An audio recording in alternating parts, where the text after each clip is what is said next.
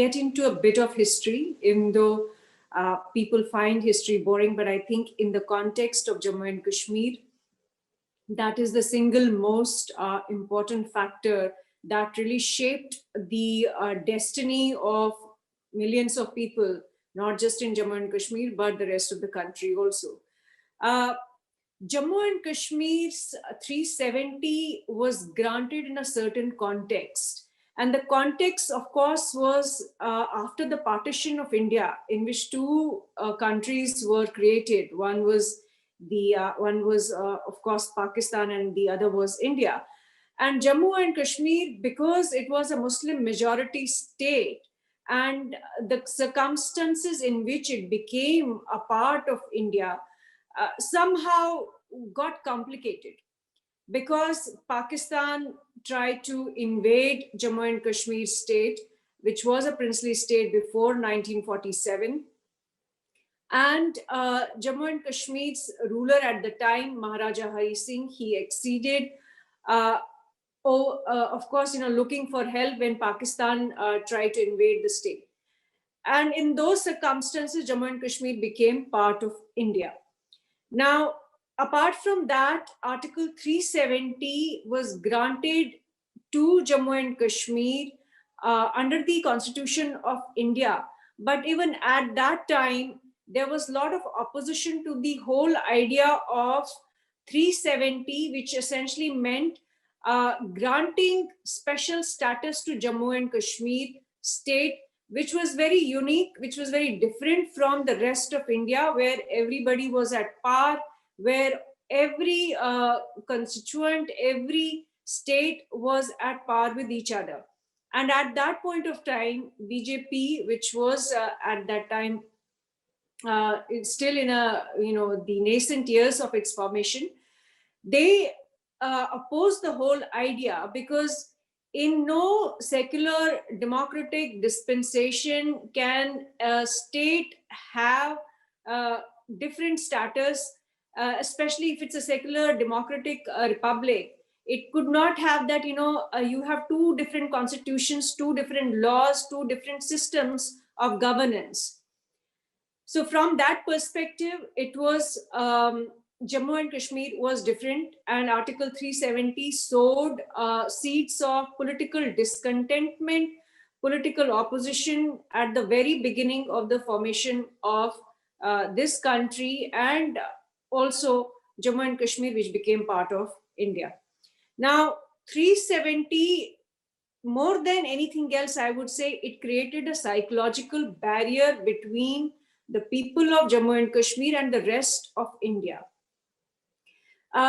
Apart from what Pakistan did, starting from 1947, it made 4 attempts to invade Jammu and Kashmir, and then of course in the last 30 years it has been perpetrating cross-border terrorism in the state. It killed thousands and thousands of Kashmiri Pandits and Kashmiri Muslims in the state to annex it.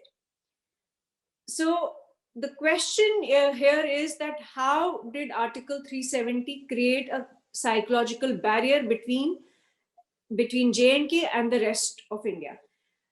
Because Jammu and Kashmir was seen as the special status, seen as different from the rest of the country, the politicians in Jammu and Kashmir basically sold the idea that Jammu and Kashmir, because it was a Muslim majority state, and by the principle of two-nation theory, under which Pakistan was created, Jammu and Kashmir should have gone to Pakistan.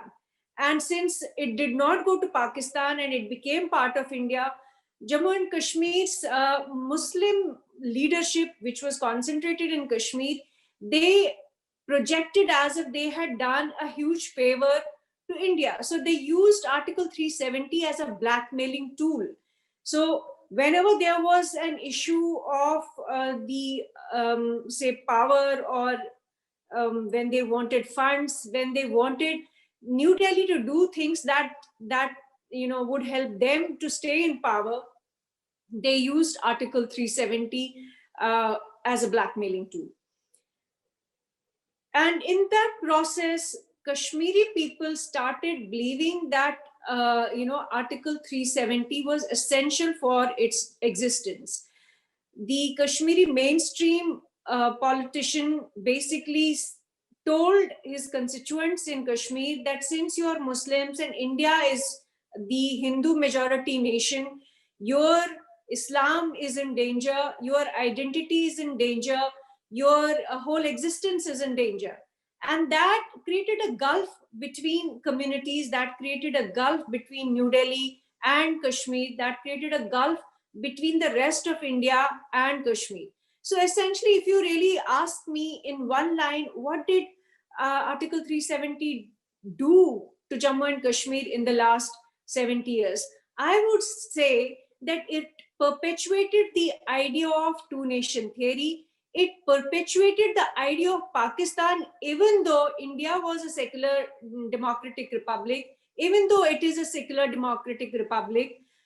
It perpetuated the idea that a Muslim majority state cannot live as an equal and at par with the rest of India. So I would say in the last 1 year, I think that confusion is over, that ambiguity is over, that Jammu and Kashmir is special because it's Muslim majority. The whole idea of communalism, which Article 370 generated and perpetuated, it's over.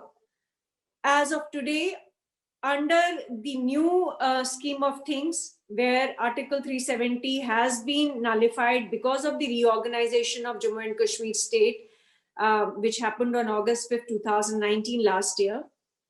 Today, Jammu and Kashmir state has the same rights, same system as the rest of India. It does not have a separate constitution. It does not have a separate law. It does not have a separate flag. It has the same system as the rest of India. What has happened to Jammu and Kashmir on the ground is a different story. In the last 30 years, what the nullification of 370 will do or has done in last 1 year, again, is a different story. It's far more complex than people think.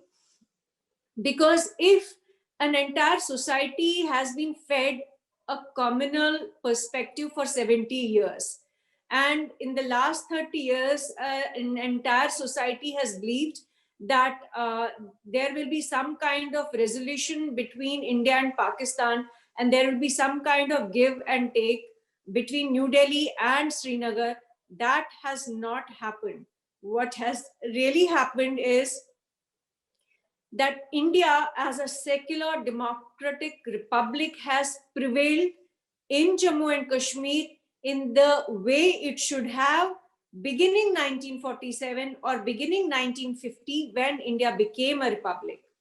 So from that perspective, I would say that many people may be disgruntled in Kashmir because for a long time they thought that they had the special status and they were privileged and they had this special position or special bargaining chip which they now don't have. So it is going to take them time to come to terms with that new system and new dispensation. And also they will have to get used to the idea that they are like the rest of the citizens of India. They will have to go through the same process and same mechanisms as anybody else. They will not be given any incentives greater than, say, citizens of Punjab or Haryana or any other state.